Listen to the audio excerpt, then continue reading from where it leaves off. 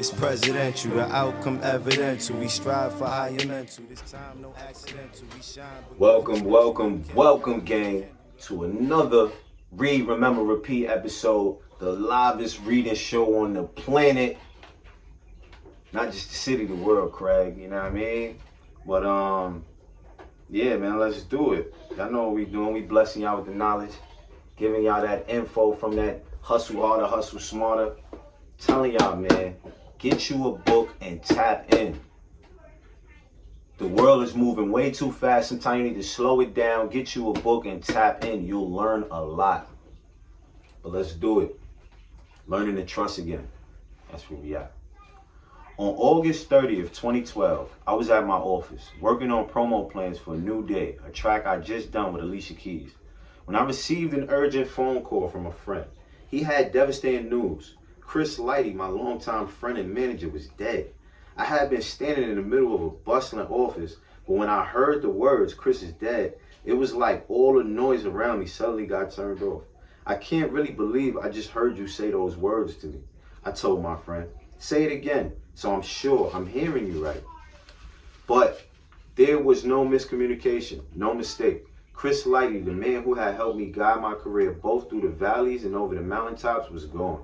Even more devastatingly, I was being told that he had shot himself. That Chris Lighty, one of the smartest, most self-assured, and most motivated people I'd ever met, had decided to take his own life. To this day, it doesn't feel right to me. Chris's death was a blow on many levels. The most devastating, of course, was knowing what his loss would mean to his children. Chris's daughter Tiffany and I in particular were close, and I knew she worshipped the ground he walked on. As soon as I learned he had passed, I made a vow that I would look out for Tiffany in his absence. I've tried to live up to that promise, rewriting my will to include her. I'm so supportive of Tiffany that I didn't even flip when she knocked the mirror off one of the Lambos I let her drive. That's how you know it's love. Beyond its impact on Chris's family, I also worried about what his death would mean for me. Out of all my business associates, Chris was easily the one I felt closest to. I had met Chris early in my career when I was first out supporting my mixtapes. Even though he had grown up in the Bronx and was a little older than me, I felt like I had known him my entire life.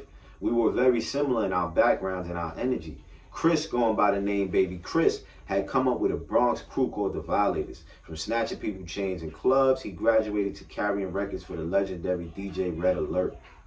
That relationship led to him becoming the tour manager for groups like A Tribe Called Quest and De La Soul. He later became a successful executive at Def Jam before launching Violator, his manager company with Mona Scott. Just like I was always seeking to find a balance between 50 Cent and Curtis Jackson, Chris had two distinctive sides to him as well. Chris Lighty, the executive, could sit down in a boardroom and have no problem cutting a multi-million-dollar deal. But Baby Chris from the Bronx would still want to smack you in the face if you played too much around him. We were both constantly walking a tightrope between respecting our street roots and demonstrating our corporate character. For that reason alone, we deeply understood each other. With Chris, for the first time in my life, I had someone outside of my immediate family who I trusted implicitly with my money, with my visions, and with my future. A trust, as I've said, that is very hard for me to build. I didn't realize how much I trusted Chris till not long after he died, and I had to appear at a deposition about one of my businesses.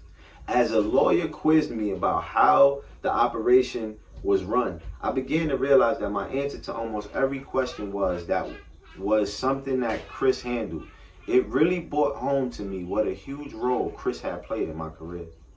I've really struggled to fill that void since Chris passed.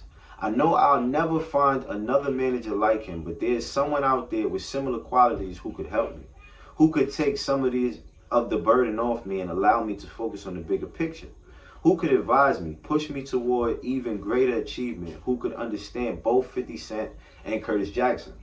I started this chapter by saying that the greatest attribute of most successful entrepreneurs is being an astute judge of character.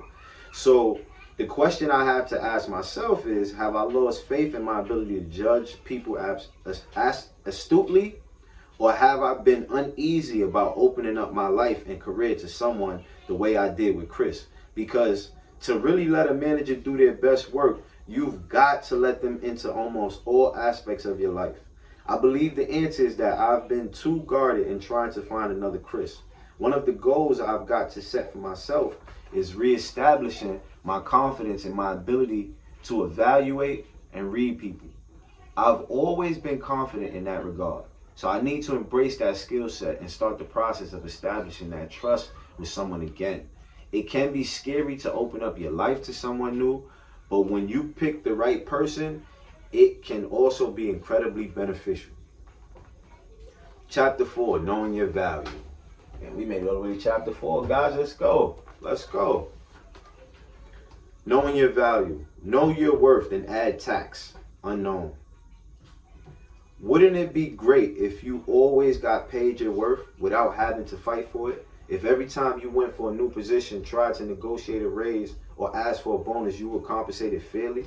Of course, life doesn't usually work that way. If anything, the opposite is true.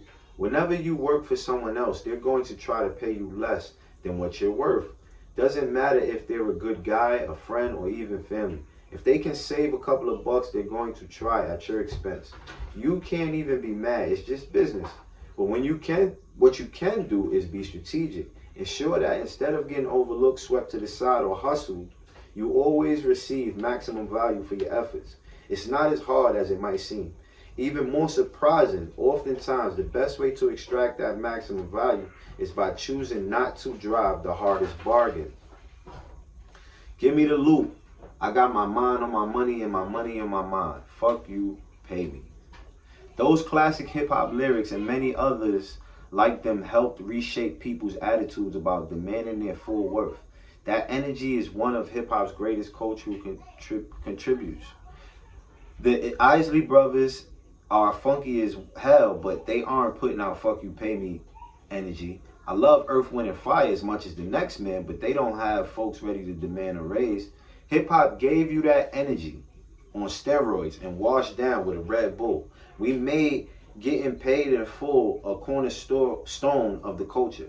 The critics don't want to admit it, but hip-hop absolutely empowered people to stand up for themselves in a way no other art form has.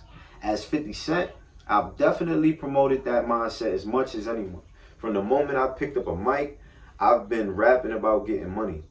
Do a gift search for me, pay me, and my face is literally one of the first images that comes up. I'm proud to have helped spread that energy.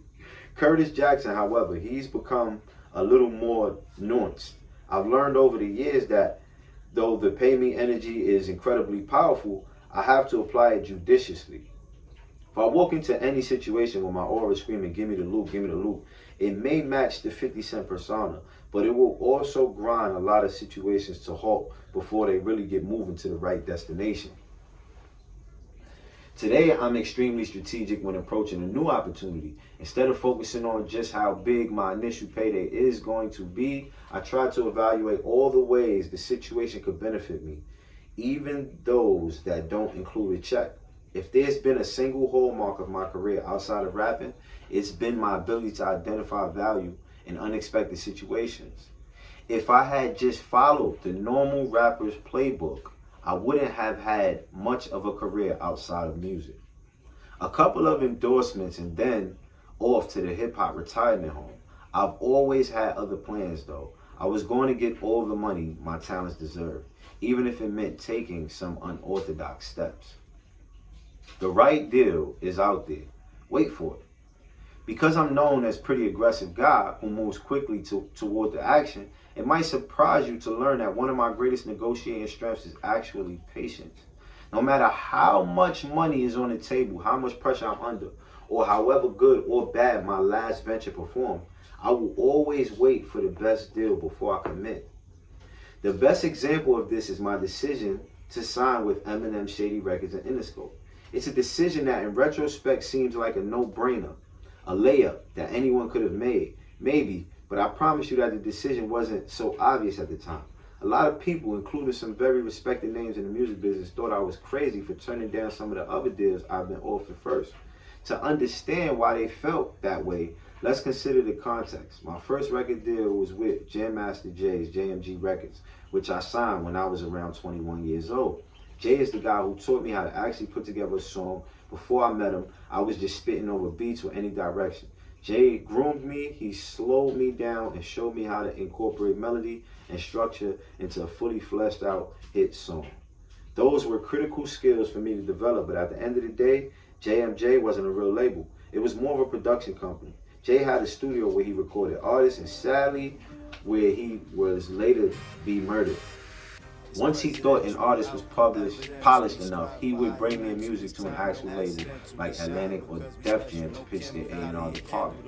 If the label was into the music, Jay would sign a deal for JMJ, and in theory, the artist would get paid out of Jay's deal.